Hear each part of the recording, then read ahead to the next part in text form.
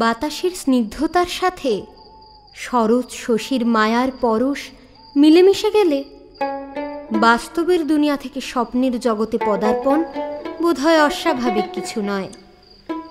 ফেলে আসা অতীতের স্বপ্ন, শৈশবের দুরন্ত বিকেলের স্বপ্ন, কিংবা বারবার ছুঁয়ে ফেলতে ইচ্ছা করে যাকে, সেই স্বপ্নের স্বপ্ন।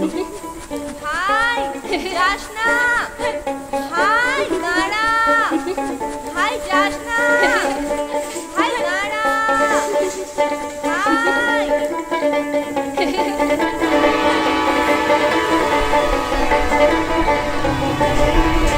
দিদি দিদি এখন ট্রেন আসছে।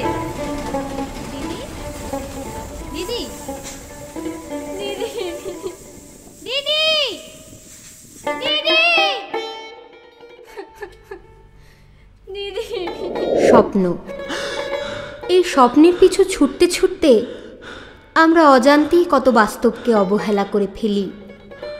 বাস্তবের মানুষ, সম্পর্ক, স্মৃতি, বারবার ফিরে ফিরে আসা স্বপ্নের মধ্যেও হারিয়ে যাওয়া বাস্তবের টুকরোগুলো চাইলেও ফিরে পাওয়া যায় না। তবু সত্যিই কি যায় না? অন্তত বছরের এই সময়টা তার ঘরে ফেরার সময়। নানা রূপে, নানা সাজে, নানা সম্পর্কে ফিরে আসার বার্তা বই কি আনে না? আমাদের ফেলে আসা বাস্তবকে স্বপ্নের রঙে মিশিয়ে সুযোগ কি করে দেয় না নিজেদের কাছে নিজেদের ফিরে আসার?